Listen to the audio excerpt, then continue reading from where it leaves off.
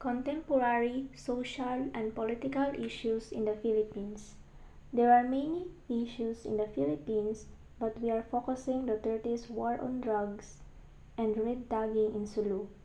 This report explores latest news about the given topic. Philippine War on Drugs. The Philippine President Rodrigo Duterte is apparently in a drug war. He is using outgoing citizens of Philippines or just anyone with a weapon to kill drug dealers and users. The main premise that may have catapulted Rodrigo Duterte to the presidency 6 years ago had to do with eradicating the problem of illegal drugs in the country in 3 to 6 months. The vow helped deliver over 16 million votes for him in the 2016 polls, giving him the mandate to lead the country and start a nationwide crackdown against illegal drugs. As Duterte steps down from power in a few days, his administration war on illegal drugs is leaving more scars than healed wounds. What happened during war on drugs? Duterte starts Bloody o Plan Tukhang is the flagship anti-drugs program of the Duterte administration, which has been criticized by local and international human rights. The relentless war on drugs of the Duterte administration, famously called o Plan Tukhang, was off to bloody start as over 7,000 lives were killed from June to December 2016 because of police operations, according to the estimated figures of the Philippine National Police or PNP. Duterte often says that drugs destroy families and eradicating it will bring back peace and order to the society. Duterte's drug war went full blast across all corners of the country, even targeting uniformed personnel and local government officials. Police would point out that drug suspects often resisted arrest before they were gunned down. Many of the dead bodies from these anti-drug police operations were wrapped with a signage identifying the persons as drug addicts and should not be emulated. Cracking a can of worms. The momentum of Duterte's drug war was stalled when police came under fire of the kidnapping and death of South Korean businessman Ji Ek-jo inside the Camp Crame on October 2016. Duterte then ordered the police to stop heading the anti-drug operation and assigned Philippine Drug Enforcement Agency authorities to lead the drug war instead. The controversial incident opened a can of worms on government's approach in dealing with illegal drugs, aggravated by the continuous outcry from different human rights organizations and opposition figures in the legislative chamber.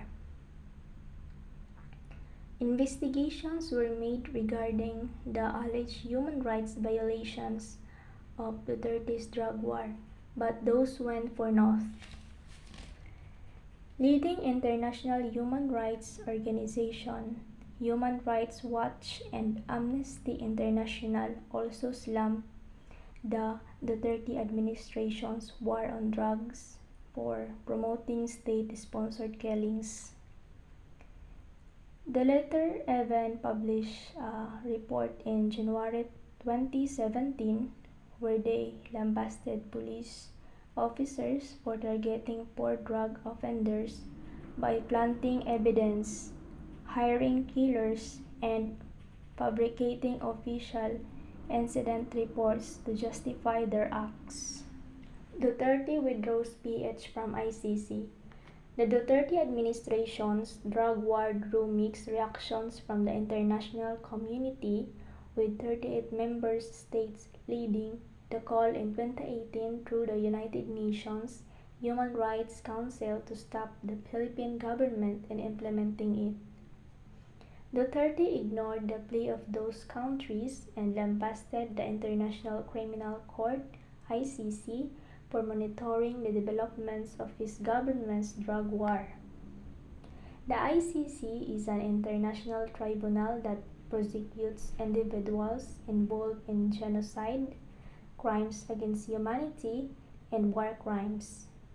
The chief executive announced he would withdraw the country's signature from the Rome Statute, which established the International Tribunal.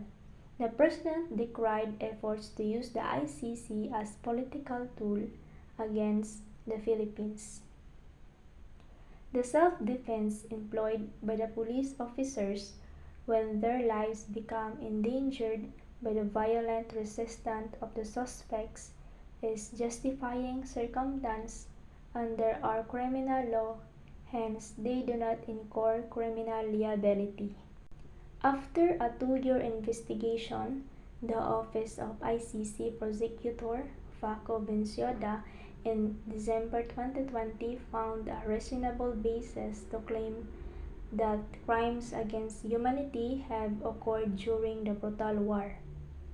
The ICC temporarily halted their probe on the drug war in November 2021 following requests from the Philippine government, but new ICC prosecutor Karim Khan asked the court's pre-trial chamber to resume the investigation days before Duterte steps down as president. Philippine Senator Laila de Lima, former chairperson of the Philippine Commission on Human Rights and a former Secretary of Justice under the previous administration, had condemned the war on drugs and held hearings on human rights violations associated with these extrajudicial killings. However, in August, Duterte alleged that he had evidence of De Lima having an affair with her driver, who had been using drugs and collecting drug protection money when De Lima was the Justice Secretary. De Lima was later removed from her position, chairing the investigative committee in a 16-4 vote by elected members of the Senate Committee. De Lima has neither been convicted nor exonerated of an array of allegations, including that she received drug money, all of which she denies. Some of the drug-linked accusations have fallen apart, with the prosecution's witnesses retracting their statements.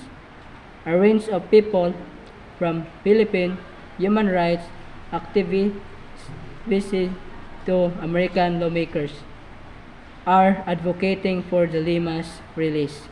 Though Duterte left office in June, De Lima's continuing detention after more than 5.5 years is a statement of the enduring effects of Duterte's autocratic rule.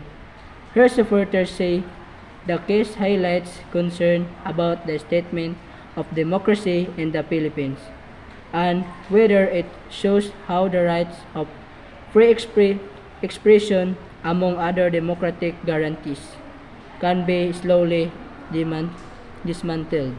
What is the public reaction of the war on drugs?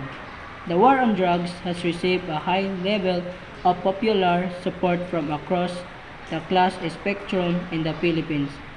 The most recent nationwide survey on presidential performance and trust ratings conducted from September 25 to October 1 by Pulse Asia Research showed that Duterte's approval rating was around 86%, even though some people are concerned about these deaths. They support him as a president for his position on other issues. Many Filipinos welcome the development, seeing indecision as a sign that justice is coming. Others said the decision was a long overdue retribution for the 6 years of suffering the Philippines experienced under the Duterte rule. So, sa akong nasabtan ani nga topic, Sa mga reaksyon sa mga netizens sa war on drugs sa Duterte administration, daghan ang nangalipay tungod kay daghan ang mga surrenderies ug labaw sa tanan daghan pod ang mga priso tungod sa pagpaimplementar sa war on drugs. So, daghan pod ang nangalipay, daghan pod ang nangasuko tungod pod sa pag-abusar sa mga otoridad. Labaw sa tanan ang extrajudicial killings nga walay gipang pili nga edad nga bisag minor or minor de edad ilang kamatyon o ang pinakasakit ilang ipang damay ang mga inosente.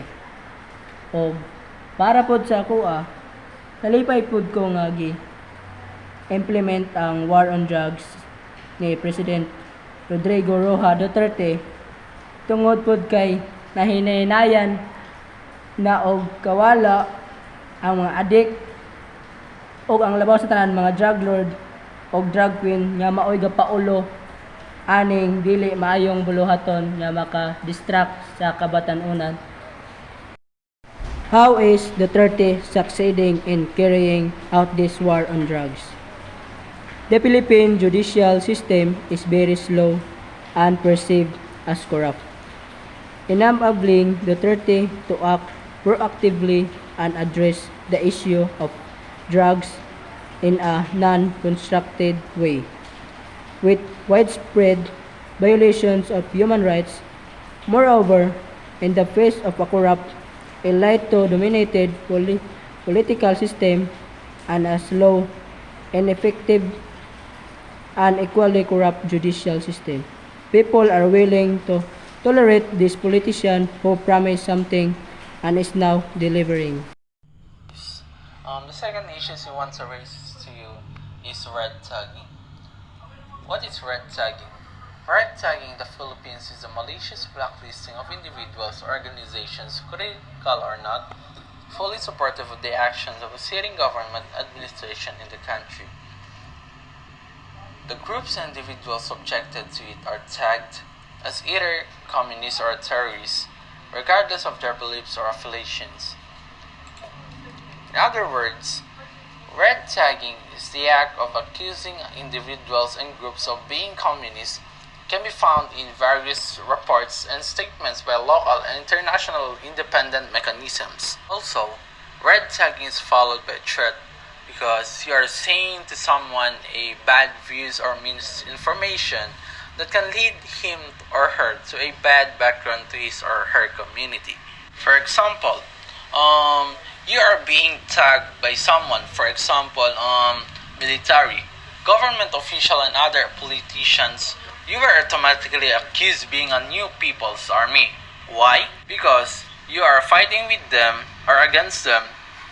You're criticizing their doings, and the most important part is they're kind of applying these and those rules and regulations in the entire Philippines. Another group who are being tagged by the military or the government is the UP school to be exact.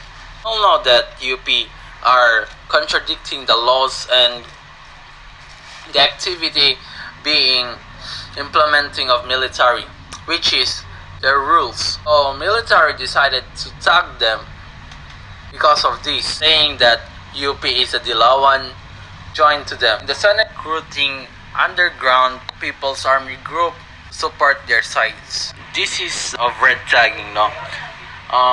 Cutting down critical voices of activists, human rights defenders, and journalists them to democratic space in the Philippines. At yung mga tao is maniniwala sa mga false information sinasabi nila. Next one is problem is slow and experience being red tagged. Problem of slow is the field of education. Elders and parents lack of appreciation for modern educational benefits. To change, it is estimated that 60% of the school age are out of school. Coming cause bakit yung mga kabataan doon sa Sulu is hindi nakakapag-aral. The reason bakit hindi nakakapag-aral yung kabataan doon is yung kahirapan. Our grade 12 talks some about their birthday, no? Some of parents, nakakaipon lang sila ng 300 to 700 pesos per day.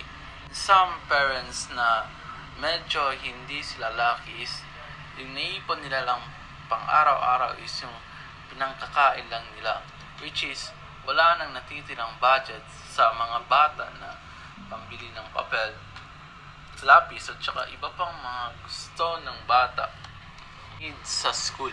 It is the facilities, rooms in the schools, especially in the public school. Daming mga school doon is yung section nila is 1 to 3 lang. Tapos yung students nila is 80 to 90 yung population per room. So, yung mga parents is kikare din sa health sa mga anak nila. Di na nila pinapasok tuluyan yung mga anak nila dahil sa ganung klaseng population sa isang room. The last one is the safetyness of their kids. We all know that if we heard this place is 10 talaga siya for kidnapping, kidnapping for ransom, and etc. So, itong mga parents na to is nangangamba din sila na baka isa sa mga anak nila na makuha ng mga terorista para maging ransom money. Which is very possible kasi minsan, yung target ng mga teroristang ito is yung mga batang kakabilang sa school. One is the law employment in Sulu. So, there is law opportunities because the only sources of Sulu is fishing, pearl diving, and some illegal business. And there's no such as all center agent. The number one reason of it is bakit walang call center agent na nagbibigay ng another income sa mga tao doon is the number one reason is walang stable internet connection in Sulu, which is need yun ng bawat nakatira doon. Between 20 to 40 kbps lang in day yung lakas ng internet connection, while at night is yung maximum is 2 to 5 mbps lang, which is low internet connection, and sobrang hirap yun para sa mga student nag-aaral doon, especially now na they are experiencing online classes. Why is it low employment in Sulu? And saan na pupunta yung mga fresh graduates na nakagraduate din sa Sulu? And ba't sila hindi nag-a-apply sa Sulu itself? Number one, the salary. Medyo may kaliit ang sweldo yun doon compared dito. My mom said na because she's a teacher, mas maganda talaga mag-teach dito sa malalayo or example sa mga cities area kasi sa daily consumption mo. In Sulu, medyo may kataasan konti yung mga paninda doon kahit na doon mismo nanggagaling sa lupa ng Sulu yung mga product na binibili nila in their daily lives. And also their safetyness as a professional or medyo may kataasan, you are prone na pwede kang atakihin ng mga terrorists doon. Kasi they knew that you have this or that income per month.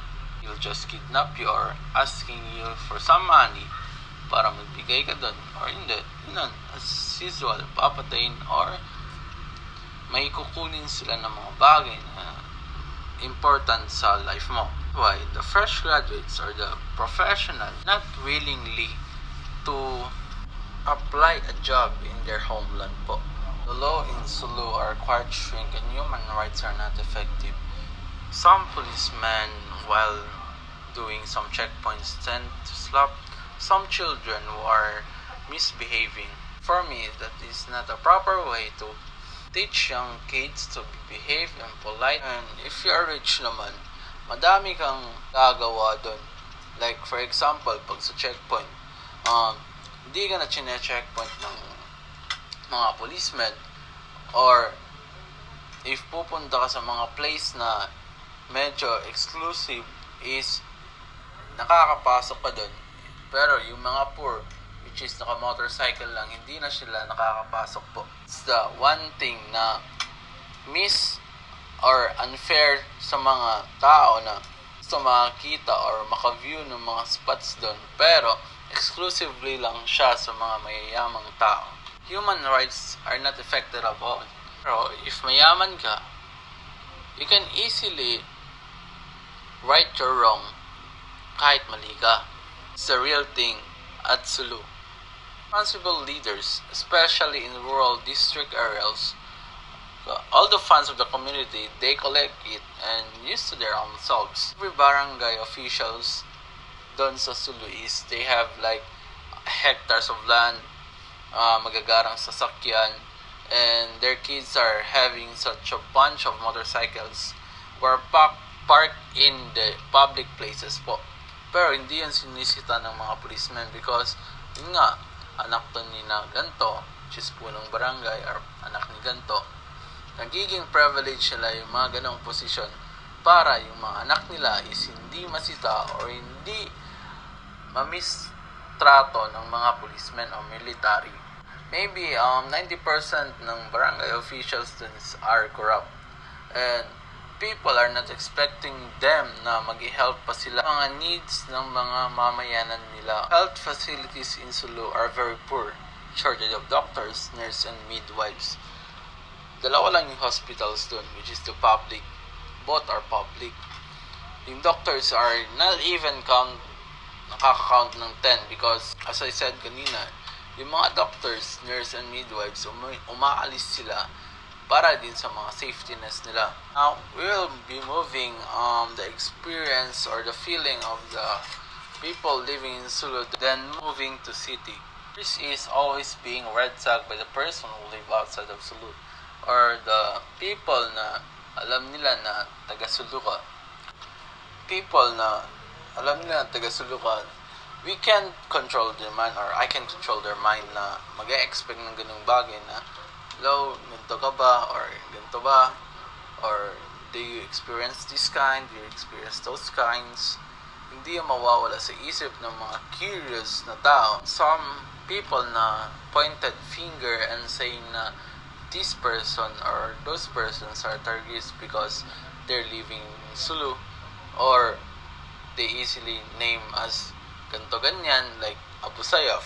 Second one is their expectations, next expectations of most of the people, the Sulu people are bad in terrorists. Dahil nga sa unbiased media where a lot of people see bad news about the Sulu where some are not true and some are exaggerated, like soldiers are winning this kind of war, but they're just like creating some wars with themselves, like